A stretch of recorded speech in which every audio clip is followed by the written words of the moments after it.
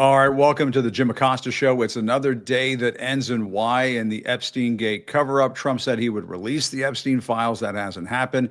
He's now claiming it's not unusual that his personal attorney is meeting with Epstein's ex-girlfriend behind bars just before she was moved to a minimum security prison. Not unusual. Everything is unusual in how Donald Trump is handling all of this, and that's putting it mildly. My big guest for this hour is Spencer Kuvin. He is a personal attorney for several of the survivors of Jeffrey Epstein. Spencer, it's good to talk to you. Really appreciate your time.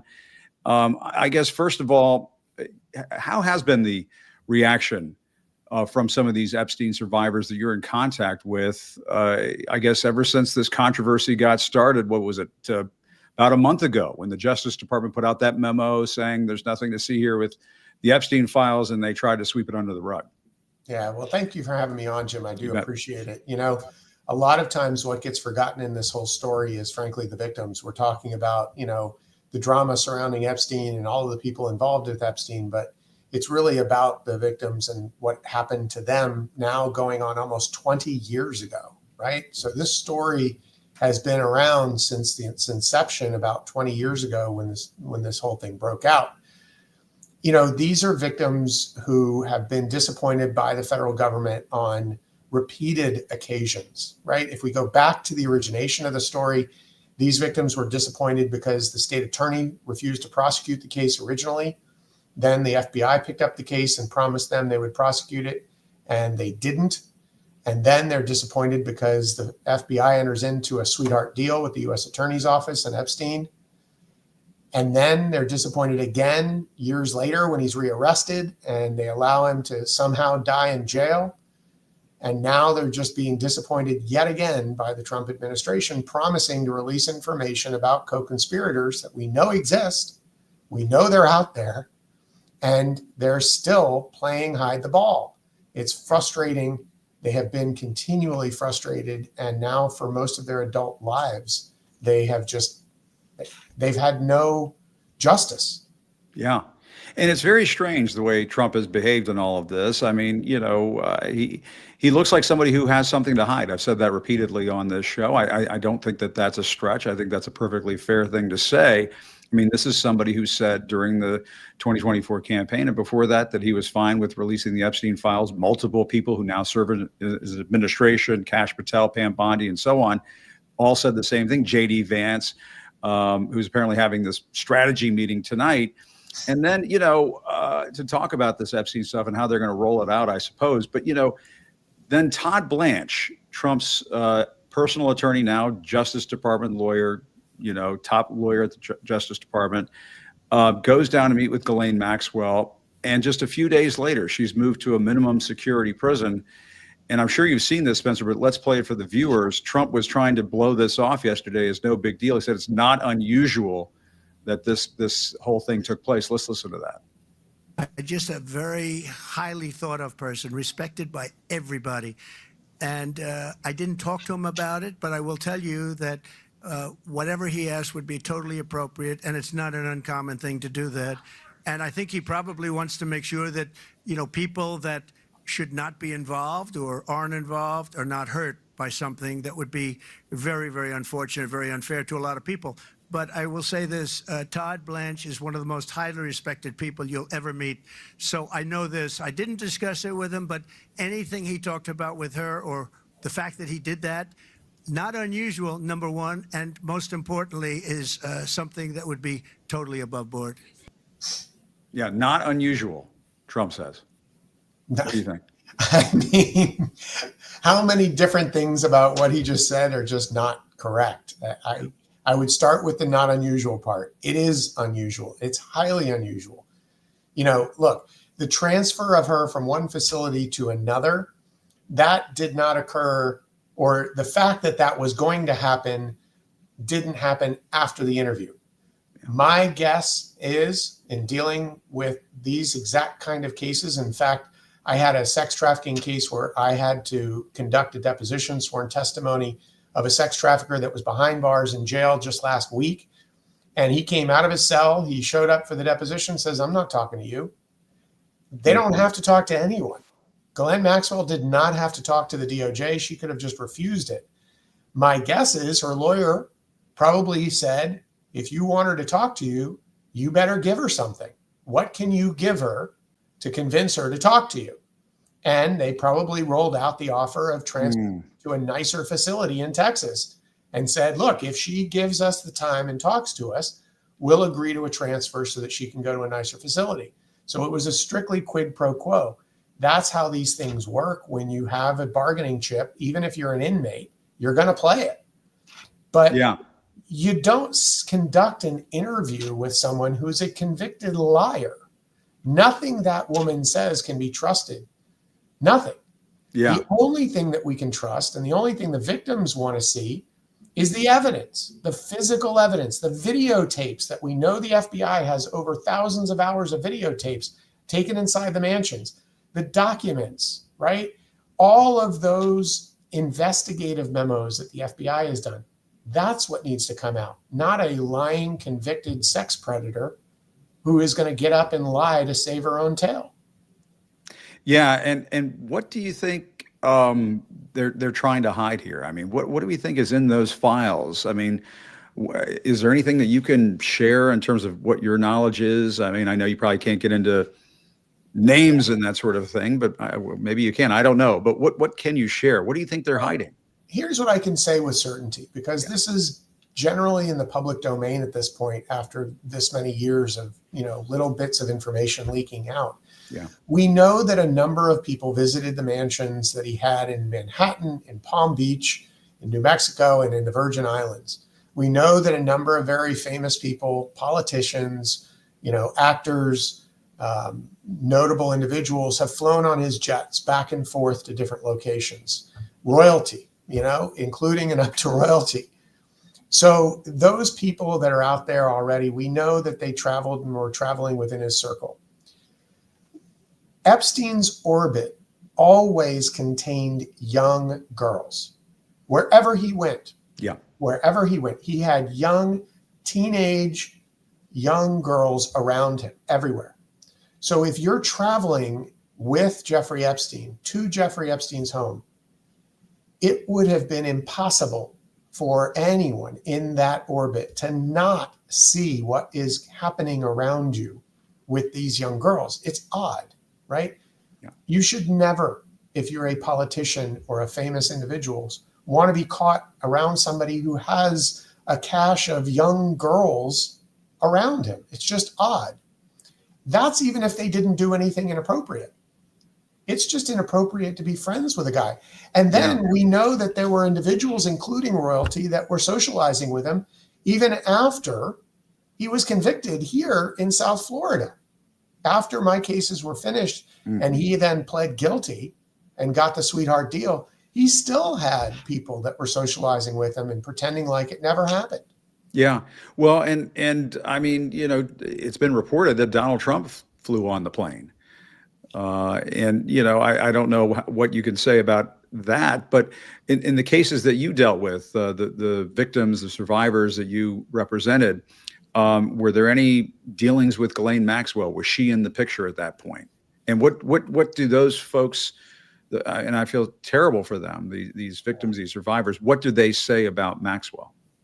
So there were two groups of victims. Yeah. Back in the original cases that I handled in 2007, 2008, those were all very young local girls that went to a local high school called Royal Palm Beach High School here in the Western community in Palm Beach County.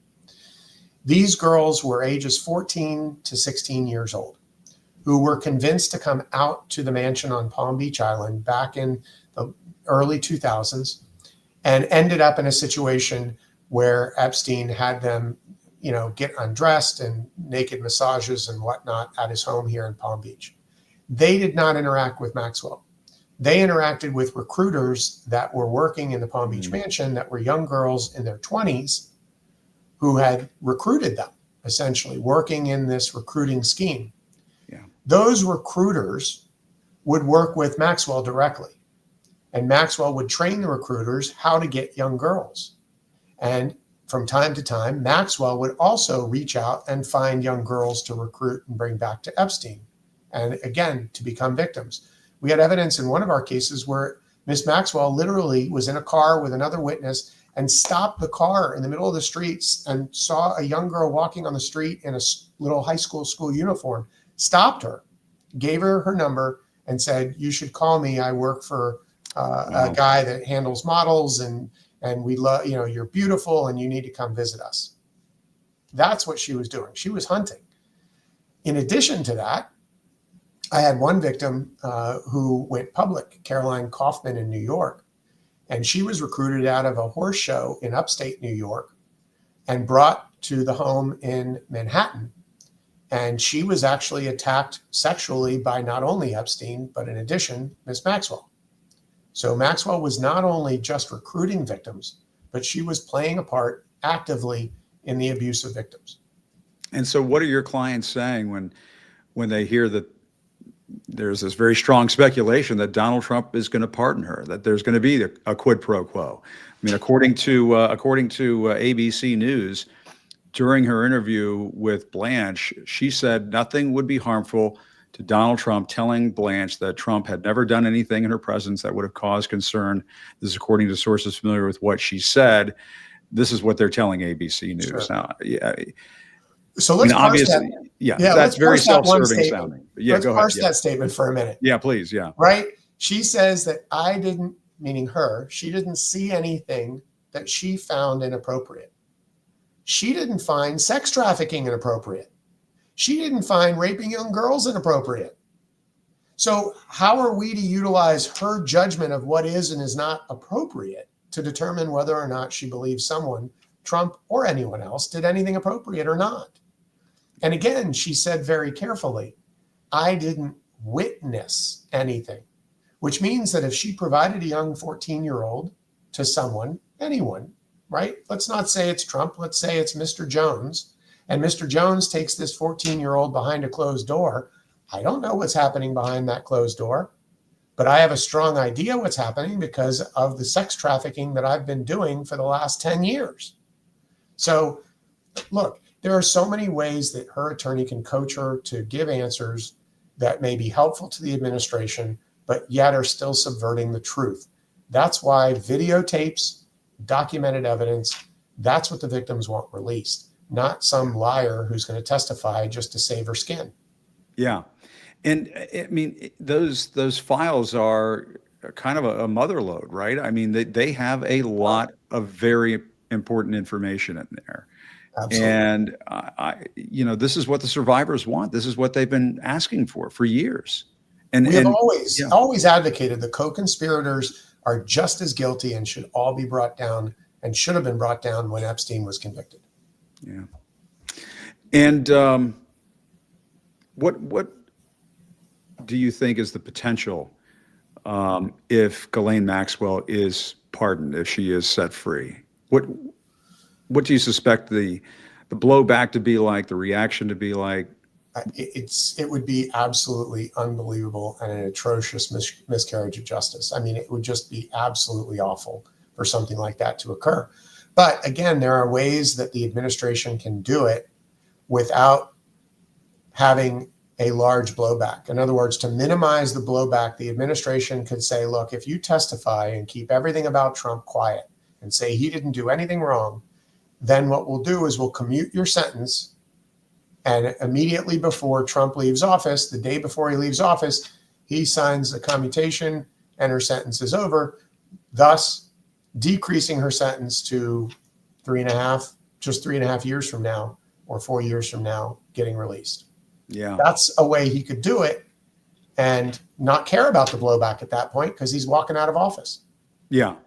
And in the meantime, he's made her life more comfortable by moving her to this minimum security prison, which, I mean, the Washington Post had a story out this morning. They talked to a variety of, corrections experts who say, this is, contrary to what Trump says, this is all highly unusual.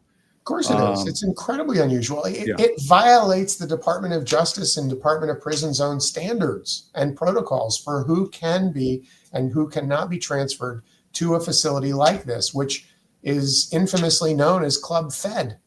I mean, they get customized workouts every day and can walk around and chit chat with the others, and, you know, specialized meals.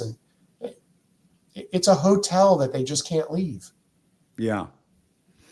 And, you know, the other thought that's been on my mind, and I wanted to ask you about is, I mean, I spoke with Jeffrey Epstein's brother, Mark Epstein, a couple of weeks back, and he suspects, and, you know, if you talk to Julie Brown over at the Miami Herald, she has feelings on this as well, that there's something fishy with Jeffrey Epstein's suicide, as it's been described by the authorities. Real fishy. Yeah. What are your thoughts on that? Yeah. So, I mean, I've seen the evidence when it occurred.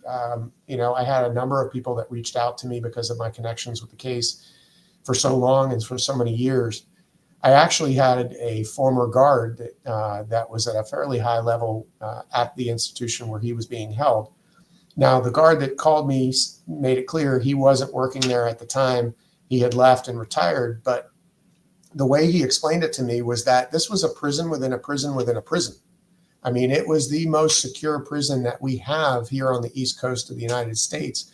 You've got terrorists that bombed, you know, the Right. World Trade Center that were being held at this particular prison. There are cameras everywhere.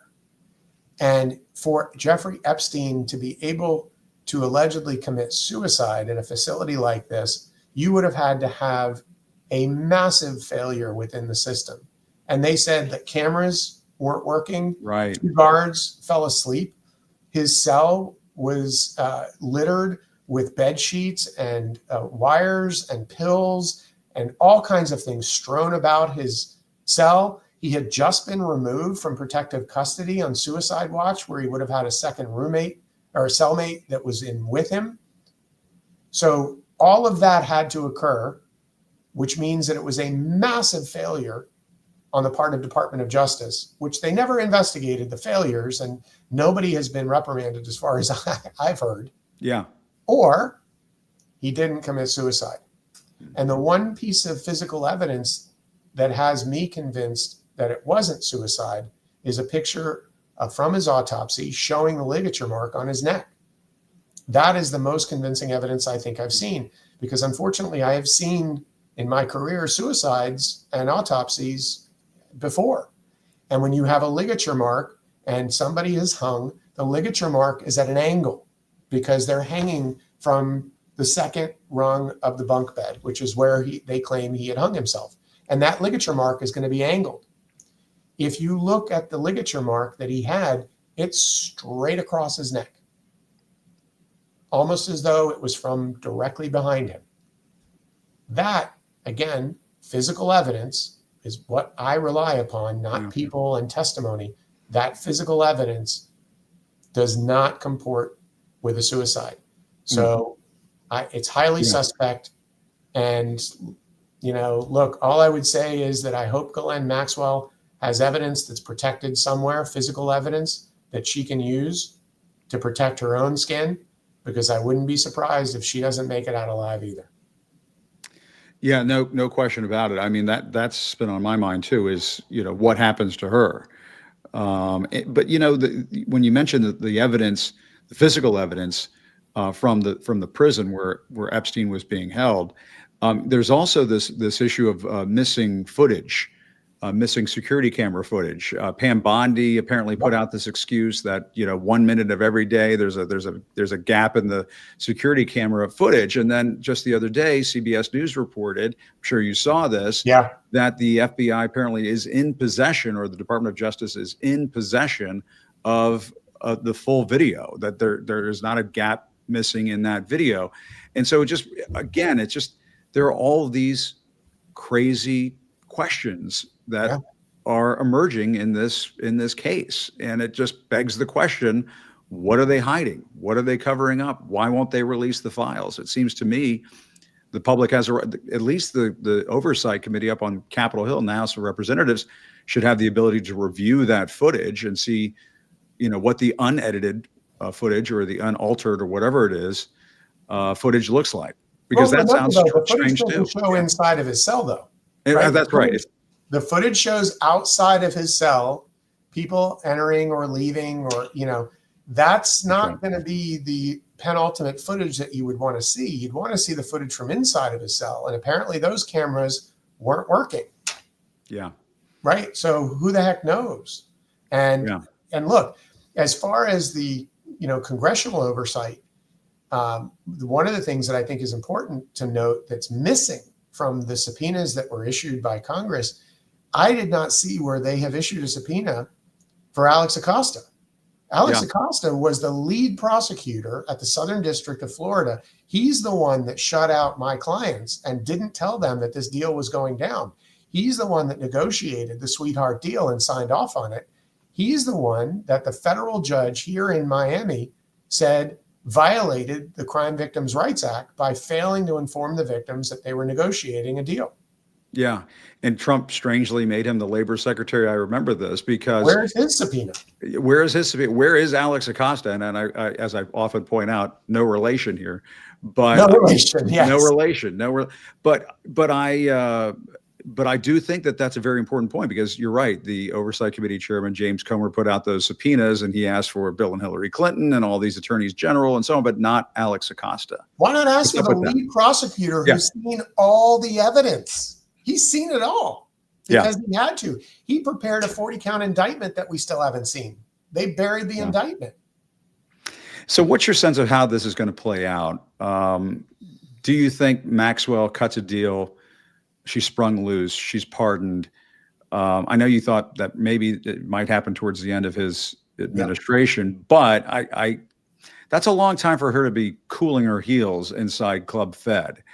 And I just kind of wonder where this might be heading. And I guess the larger question is, do you think Donald Trump has something to hide here? Personally? Yes, I absolutely think he does. Without a doubt, I think he has something to hide. Whether or not it's something that's criminal or whether or not it's just his associations and multiple times that he appears in the record with regards to Epstein, that we wouldn't know until we actually see the documents. But he definitely doesn't want his name associated with this pedophile and this sex trafficker. So, and we do know that his name appears in the record numerous times. We just don't know what context he appears within the records. And I think that would be embarrassing to him if it came out that way. So he's trying to avoid that. What I would also point out is they throw up this false concept of security that, we audio taped the interview. Okay, well, I've audio taped interviews before. How many times do you sit, even for you, Jim, right? We talked before the tape started rolling, did we not? And we discussed some issues before the tape started rolling, right? Sure. It happens all the time. So then the attorney gets in there and says, okay, listen, here's the deal. If you exonerate Trump, we'll cut you a deal. And here's the deal. Here's how it's outlined. You can talk about anybody else. Just don't talk about Trump. You good with that? Okay, I'm good with that. Okay, record. Yeah. But that's not on the recording. Exactly. You would never know. You would never know. That's why all of this needs to be in the open. But it's... And when they say, well, we'll put out grand jury testimony, and I guess she has said, no, I don't want the grand jury testimony out there, probably because she doesn't want more damaging testimony out there that's been released, painting the picture of a monster, which is what she is. And she doesn't want that out there. But, the grand jury testimony is not going to tell us anything as it relates to Donald Trump. I can't imagine that would say anything. There were only 4 victims in the grand jury. That's it. There were 4 victims that were discussed and only 2 witnesses that testified. It's a very limited piece, very small piece of this entire story. Yeah. And what is life like for the survivors? You use the word victims, and that is, I know people say, oh, we should call them survivors, but they are victims. I mean, that's the way it is. They were victimized. They were raped and abused and so on. But what is life like for the ones that you've represented? I just have to think their lives were taken from them. That's the awful tragedy of this. Yes. And I think that's the case with some of the victims. And I think it is it's very individual how trauma affects a young child and how that affects them growing up into their future and adulthood and parenthood and whatnot it is individual to each victim. So there is no generic way to say, okay, when this happens to a child, it's going to affect them this way. Some of the victims have moved on with their lives, put this in their past, basically locked it in a box in the back of their brain, and I never want to deal with this again. Yeah. And they have families, they're married with children themselves, but it affects them in ways that aren't necessarily apparent to even them. So for example, they have daughters and they're now in their 30s, and their daughter wants to go to a friend's house for a party or an event. You become a hyper protective parent because of what happened to you as a child. And that hyper parenting can affect how you parent your own child. You have other women who were devastated and never really got over it and have mental issues, cope with drugs or alcohol, because that's the way they were able to cope with the trauma that affected them. It's a real cross section of how it affects everyone. Do they ultimately get justice? Do they ultimately get the truth? That would be the hope. Yeah. But after 20 years of doing this, I'm not optimistic. Yeah. It's unfortunate. And it has to be stated very clearly, somebody who is standing in the way of that right now is the President of the United States. Yeah. I mean, as I've said numerous times on different networks, all he has to do is sign an executive order today. He has no qualms about signing executive orders on a heartbeat. Sign an executive order releasing everything. That's it. Stroke of a pen. I hereby direct the Department of Justice and FBI to release all documents and investigative files on Jeffrey Epstein and Ghislaine Maxwell. Done. You could do it tomorrow. Well, I don't see that happening, but Spencer Kuvin, I appreciate you giving your time and representing your clients the way that you have, and just being a truth teller in all of this. This cover up is just crying out for justice and for truth and something for these survivors, these victims, that they can hold on to and say, this struggle that I've been dealing with for all these years did add up to something. I agree. I agree. And I would tell anyone and everyone that can access information on the internet, there were phone message books, phone message pads that were confiscated and taken by police at his mansion in Palm Beach. I implore everyone to find them and read them. Find out who was calling the house. There's information that I just can't disclose, but any information that's in the public domain, it's free and fair game. And the press and individuals should be asking everyone who called that house and who's showing up on those message pads, why were they calling that house? Yeah, it's a damn good question. Maybe we'll look into that. Spencer Kuvin, thank you very much for your time. Really appreciate it. Let's stay in touch. Absolutely. Thank you.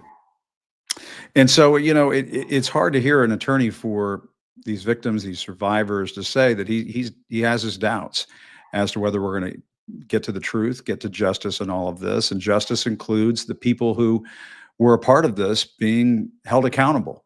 And they just haven't been at this point. And as we were discussing, the President of the United States is very much standing in the way of all of that. And I appreciate Spencer for his time and the work that he's done. Hope to have him back soon. I do want to switch gears because I have just a terrific journalist and author coming on, Garrett Graff. He and I have spoken many times in the past, but Garrett's out with a great new book. And this is 80 years since Hiroshima. Correct me if I'm wrong, Garrett. On this day, August 6th, 1945. I'm just reading from an excerpt of your book that appeared in the Washington Post. 80 years ago today, a B-29 bomber named the Enola Gay took off in the Northern Mariana Islands for a mission that its flight crew knew would make history. It belonged to the 509th Composite Group, a unit that had been created and trained in secret for some 9 months for the sole purpose of dropping the world's first atomic bomb. And Garrett is the author of the book, The Devil Reached Toward the Sky, an oral history of the making and unleashing of the atomic bomb. And Garrett joins me now. Garrett, great to see you. Thank you so much for doing this. Really appreciate it. Oh, it's my pleasure. It's so great to talk to you again, Jim. Yeah. And I guess, so many different places to start. I guess your thoughts, it's now been 80 years. And, it's interesting in recent years, the public has sort of had Hiroshima come back into the culture. There was the movie, the Oppenheimer, which was just a blockbuster runaway hit, Oscar winner, and so on. And I think there's a renewed fascination with what took place 80 years ago. Tell us about the book. Why'd you write it, and your thoughts on this day? Absolutely. Yeah. I think you are absolutely right. You have covered over the last couple of years as we have been hitting these 80th anniversary milestones of World War II. We saw Joe Biden speak last year on the cliffs for the D-Day celebration in Normandy. Today, again, 80th anniversary of Hiroshima. Saturday, 80th anniversary of Nagasaki. Next week, the 80th anniversary of the Japanese surrender and really the end of World War II. Yeah. And I think that these 80th anniversaries feel so poignant in a way because they are also simultaneously marking the unofficial passing of the last of that greatest generation who fought and won World War II, or in Japan's case, survived the bombings in Hiroshima and Nagasaki. We saw this morning, big milestone anniversary memorial in Hiroshima. Some of the last surviving Habakusa of the so-called bomb-affected people, who the youngest of which are over 80 years old today. And for me, I wanted to tackle this project. This is, as you know, my third book-length volume of oral history following on books about 9/11 and then one last year about D-Day. Because we have at this moment sort of every first-person memory we will ever have of World War II.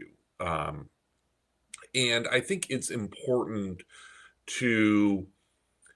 oral history has this special value, I think, in allowing you to go back in the shoes, in the footsteps, in the experiences of the people who lived these apocalyptic world events at a moment when they don't know the outcome. Right. I think one of the challenges of the way that we usually teach history is that none of these events were as simple or neat or clean or preordained as history sometimes makes them out to be. Look at our current moment today. None of us know how this story that we are living through right now is going to turn out.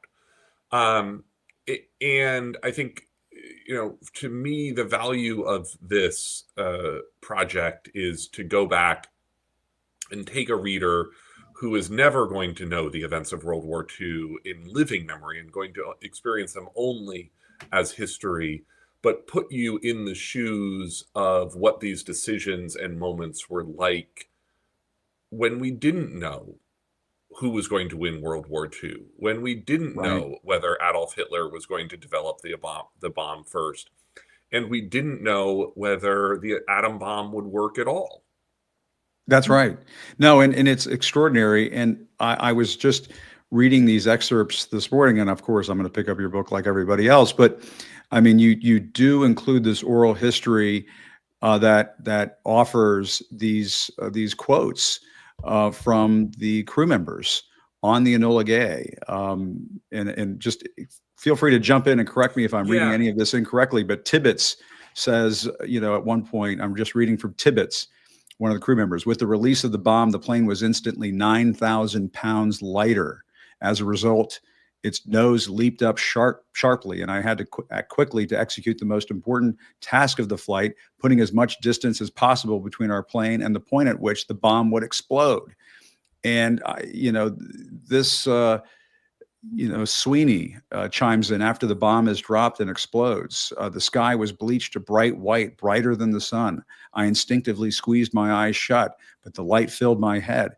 And just the details go on and on. Johnston, we felt a double jolt as the shockwave hit our plane. And then Tibbet says, there was a startling sensation that I remember quite vividly to this day. My teeth told me more emphatically than my eyes of the Hiroshima explosion. Just extraordinary, just in the cockpit, on the plane kind of memories in their own words. Yeah. And I think what you see in those last couple of chapters of the book, I mean, the book tries to cover the whole development of the Manhattan Project, the unlocking of the secrets of the atom, the work of J. Robert Oppenheimer and his physicists in Los Alamos, the incredible Herculean work in Oak Ridge, Tennessee, and Hanford, Washington. But I think it's those last couple of chapters of the book. You see this jarring juxtaposition between the celebration and the triumph of the flight crew and the workers on the Manhattan Project at this moment when the atom bomb is dropped, and the horror and the tragedy of the victims in Hiroshima and later, 3 days later in Nagasaki. And I think it is that juxtaposition that the Manhattan Project in some ways is one of humanity's greatest triumphs, and it is simultaneously one of humanity's greatest tragedies. And in those final chapters, the crew of the Enola Gay, they have this wonderfully successful mission. They land back in Tinian in the Marianas Islands, 1,500 miles back from Hiroshima, and receive a hero's welcome. They, Paul Tibbets has medals pinned on his chest on the tarmac there. And then they go off to a literal celebratory barbecue party, back in Oak Ridge, back in Los Alamos. There are huge parties and parades of honking cars and, silly drunken antics among the lab crew as they celebrate dropping this weapon, both for the scientific achievement, but also in the way that they hope that this is going to hasten the end of the war.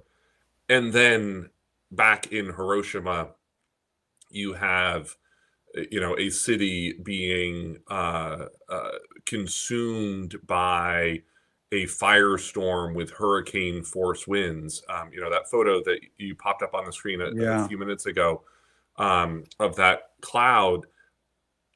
For many, many years, people thought that was the mushroom cloud over Hiroshima from the atomic bomb itself. It's actually the cloud from the firestorm that took place hours later as the city burned and tens of thousands of people were killed on the ground. It's so incredible. And to go back and see these images, it's hard to believe that human beings went through this. I mean, that it is difficult to wrap your head around. And I guess, Garrett, the question that I have, and forgive me for offering up the layman's view of history here and wondering if you could impart any knowledge from your end of things, but what about this question of, and this is something that, guys talk about on bar stools and so on. Could the war have ended any other way? Would the Japanese have surrendered had these bombs not been dropped? Yeah. Because Harry Truman was, famously convinced that this was the only thing that would do to stop it, to end it. Yeah. And this is a debate that we have had for 80 years. Yeah. It has gone through, enormous cycles of sort of revisionist historiography as the pendulum swings from one end to the other of the debate. In the 1990s, there was a huge controversy at the Smithsonian about the display of the Enola Gay and sort of what it represented and how that display should be framed against the backdrop of this tragedy.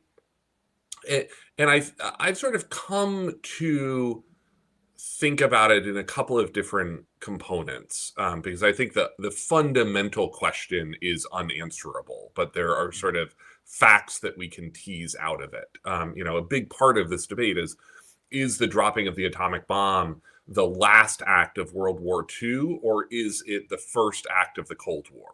How much of this is really Right. about the U.S. trying to signal to the Soviet Union that it possesses this bomb as it begins to think about the post-war era?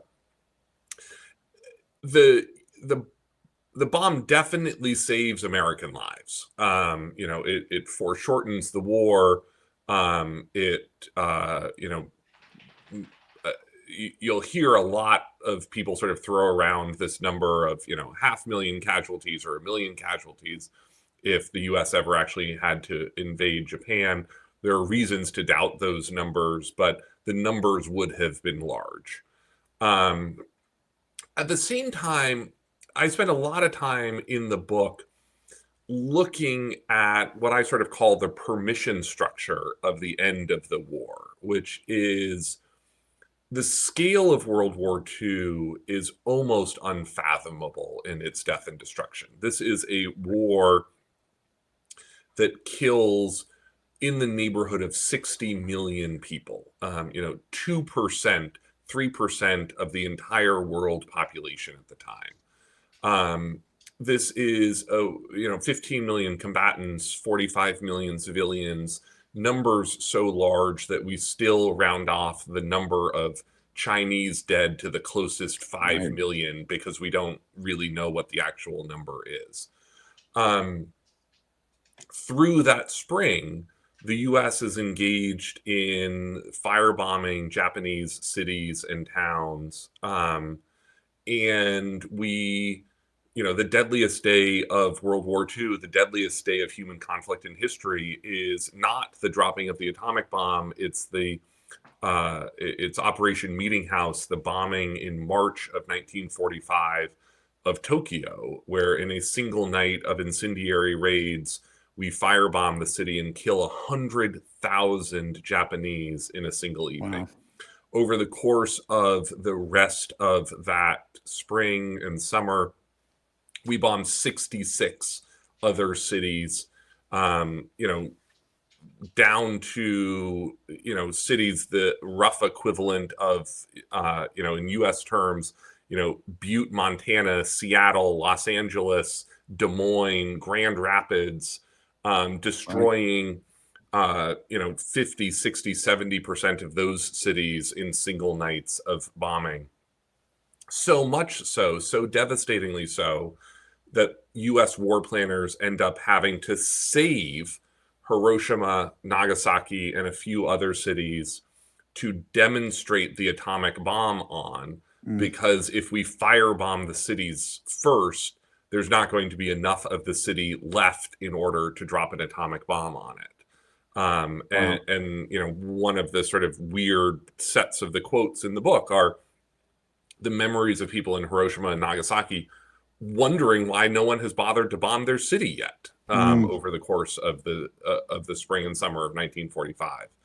And sort of them figuring like our day is going to come at some point and we just don't know when.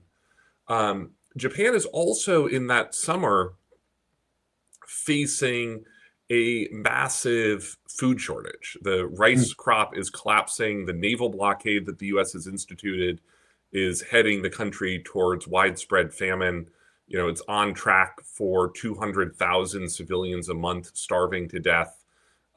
This is something where, the war ending in August as opposed to November or December or sometime in 46 actually has a pretty material number of Japanese civilians whose lives were probably saved by the war ending in August. And then that brings us to sort of what to me is the last point to consider, which is we now have a much better understanding of how far Japan was from surrendering in August 1945. That even actually after the second bomb is dropped on Nagasaki, the far right wing of the Japanese military is still so focused on continuing the war, Wow. that there is a coup in Tokyo on the night of August 14th, where Japanese troops storm the Imperial Emperor's palace and try to find and destroy the Emperor's surrender message before it can be announced to the Japanese public on August 15th. So almost a coup there. Yeah. Even, you know, it is even at that point, up until the night before the surrender is actually announced, that Japan, there are, you know, major factions of the Japanese military who still want to fight on. So the emperor ends up being deeply swayed by the dropping of the bomb. He says so, and if we take his words at face value, you know, certainly amid against the backdrop of this attempted coup, you know, I think there's good reason to believe that the atomic bomb at least affected his thinking about the end of the war. And as you said, I mean, the Germans were trying to do this too. The Nazis were trying to do this too. Yes. And I mean, that's the other component. Yeah. And that's actually, you know, particularly now as we mark the 80th, you say the atomic bomb, we immediately associate that with Japan, Hiroshima, Nagasaki.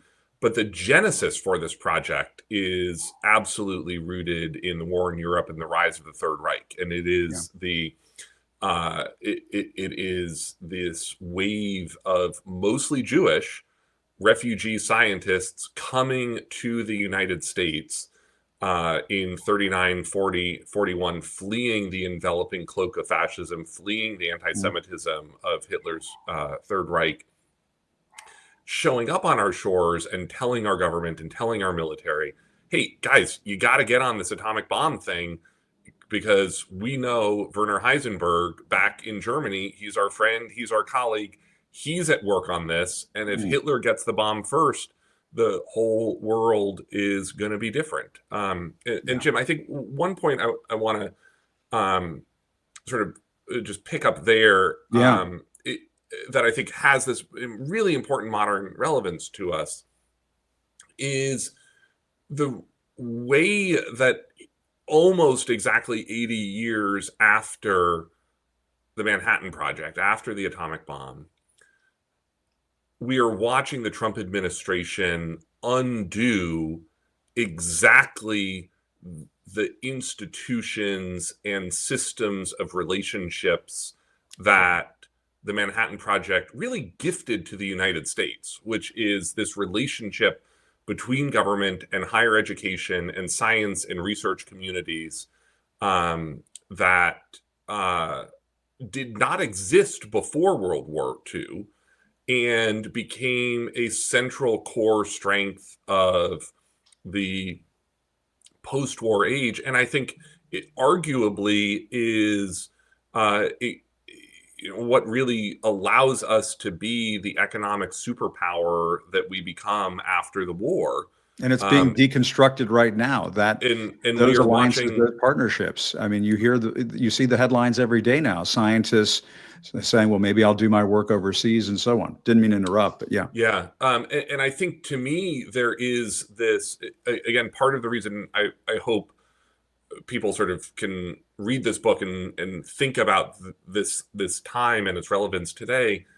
It does not feel like a coincidence to me that we are flirting with authoritarianism and watching democracy backslide in the United States at the precise moment when we are losing the last of the generation who fought World War II and built the institutions that came after, sort of that we are losing this generation who understand how bad fascism is, understand how hard it is to root out once it takes hold, and understand how hard it is to build the institutions and systems that kept us sort of peace, prosperity, and stability on the global stage for the last 80 years. Yeah. Yeah. I mean, the term "the greatest generation," I know people have problems with that. I don't personally. I've been to Normandy a couple of times. I saw Obama speak there. I was there for one of the Trump visits as well. And the magnitude and the scope of the sacrifice that was made there, just there. I mean, you just, extrapolate that out to all of these places all over the world where this war was being fought. And you're absolutely right to think that these lessons are being lost on so many Americans. To me, it is part of this tragedy that has to be talked about and rediscovered. And I'm so glad that you wrote this book, Garrett, because it reminds us of this is what we need to hold on to. This reminds us of this struggle we almost lost. Yes. Yeah. I think when you get back into World War II, it was a more close run thing for longer than we like to remember. Yeah. And that it was really the industrial might of the United States that ends up winning that war. I make the point in this book that as much as we talk about where World War II was fought, and we remember Midway and Guadalcanal and Okinawa and Bastogne and El Alamein and Omaha Beach, World War II was won in the Willow Run aircraft bomber factories of the Ford Motor Company. It was won in the shipyards and landing craft factories of Higgins Industry in New Orleans. And it was won in the Rad Lab at MIT and the labs of the Manhattan Project and the factories at Oak Ridge and Hanford, where we developed radar and the proximity fuse and ultimately the atomic bomb. And it was that level of industrial might and the home front industrial activity that we were able to muster that was the decisive turning point of World War II. Well, I can't wait to pick it up and start making my way through it. It's a great summer read, and it's an important summer read, Garrett, as you point out. Garrett Graff, thank you so much for your time. The book, there it is right there. The Devil Reached Toward the Sky, an oral history of the making and unleashing of the atomic bomb. Garrett, great to catch up with you again. Great stuff as always. Your 9/11 book, your other World War II books, they're just absolutely invaluable. So thank you for your contributions. Really appreciate it. Thank you. And I really appreciate what you are doing on behalf of our democracy every day. Oh, man. Thank you so much, Garrett. Really, come back anytime. We'll do it again. Thanks so much. Sounds good. Thank you, sir. Thank you. The great Garrett Graff. I mean, he's an amazing author, and over time, watch Garrett's work over time, and because you notice he's a young man, and 20 years from now, 30 years from now, there's going to be a whole slew of these books, and it's going to be just a treasure trove of information. And he's absolutely right. We cannot lose sight of what this generation fought for, what this generation won. I mean, it is the way of life that we all enjoy today.